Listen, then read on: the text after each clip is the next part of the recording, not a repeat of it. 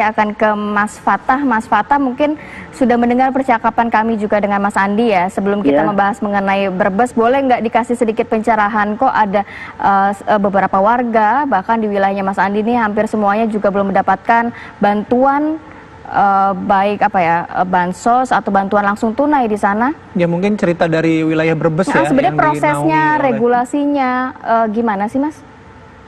Ya Bu, untuk terkait penerima data bansos, penerima bansos ya, itu memang berasal dari tentunya data yang harusnya setiap 3 bulan itu oleh pihak desa dilakukan adanya musdes atau muskel melalui TTKS, data terpadu kesejahteraan sosial.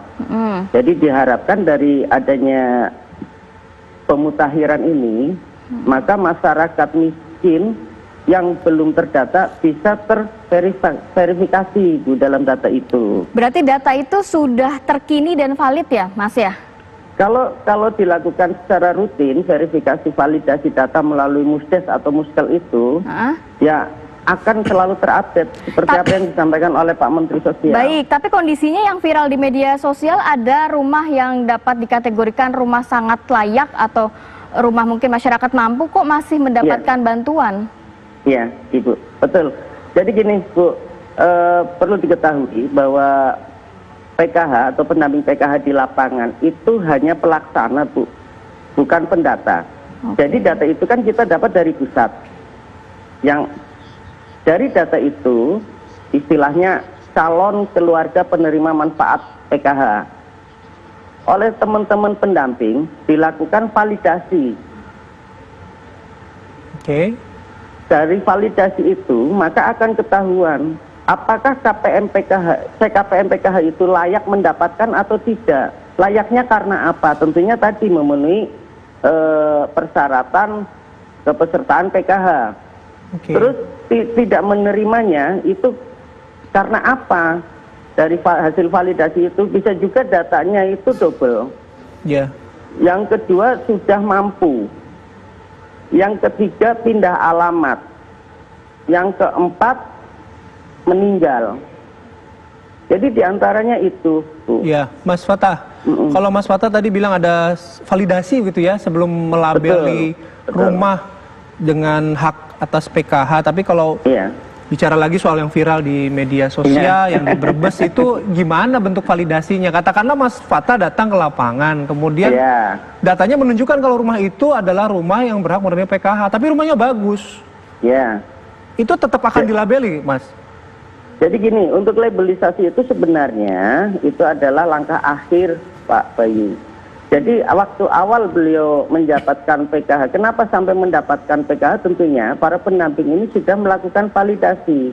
Bagaimana kondisi ekonomi KPM PKH saat itu? Yang kedua, yang namanya perubahan status ekonomi seseorang itu pun bisa cepat terjadi. Tergantung bagaimana masyarakat itu berusaha.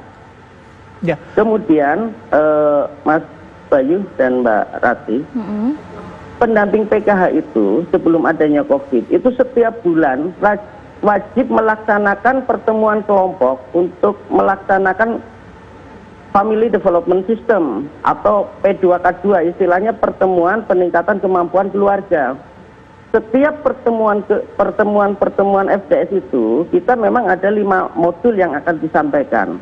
Dari FDS itu diharapkan dapat merubah pola hidup masyarakat penerima PKH sehingga bisa ada motivasi untuk bisa lebih maju dalam perekonomian keluarganya sampai bisa mundur dari kepesertaan PKH. Tapi kalau dikondisikan pandemi COVID-19?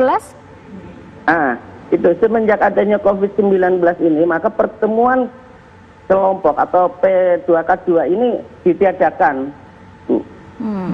Karena memang SOP dari Kementerian Sosial juga untuk bisa menghindari dulu yang namanya kerumunan massa itu. Ya, Mas Fatah, kalau yang viral di medsos sekali lagi saya tanya itu yang soal di Brebes.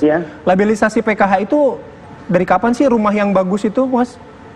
Jadi gini, kebetulan yang viral di medsos itu Itu ada kepesertaan tahun 2018. Oke.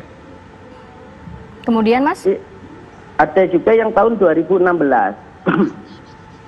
Dan dari hasil labelisasi yang sempat viral itu, mereka kemudian mengundurkan diri semua, Mas Bayu. Nah, jadi 2018 itu rumahnya sudah sebagus itu atau gimana? Nah, kalau bicara rumah sebagus itu memang biasanya bertahap, Bu. Dan perlu diketahui di Salem sendiri itu ada istilah kayak kearifan lokal. Ketika seseorang mau membangun rumah, itu keluarga besar, saudara besarnya pada iuran, ibaratnya urun material. Kalaupun yang tidak, tetangga-tetangganya juga ikut iuran. Itu iurannya atau membantunya pakai tenaga. Meskipun mungkin kondisi sosial ekonominya sendiri bisa dikatakan masih sebagai buruh ataupun kuli gitu loh, Bu. Mas, jadi sekali lagi mungkin bisa diklarifikasi kalau tadi mengenai data DTKS. Itu berarti kalau kondisi di lapangan bisa lebih fleksibel ya, dalam arti saat kondisi di lapangan menemukan oh ini tidak layak untuk diberikan bantuan, akhirnya bisa tidak diberikan, sedangkan ada yang mungkin layak diberikan bantuan bisa saat itu juga diberikan, begitu Mas? Tidak serta merta, Bu, tidak serta merta bisa langsung digantikan. Karena tadi sudah proses, Bu, ya. Seperti kami pendamping PKH itu untuk bisa mencapai tepat sasaran, tentunya kami pun ada koordinasi dengan pihak desa. Contoh yang di Salem itu, Bu, ini Bu, kita sudah membuat berita acara penyerahan data penerima PKH. Jadi diharapkan bukan hanya pendamping PKH saja yang langsung serta-merta nyoret, tapi juga ada musyawarah di tingkat desa dengan perangkat desa, termasuk bagaimana nanti dalam verifali di DTKS itu, Bu.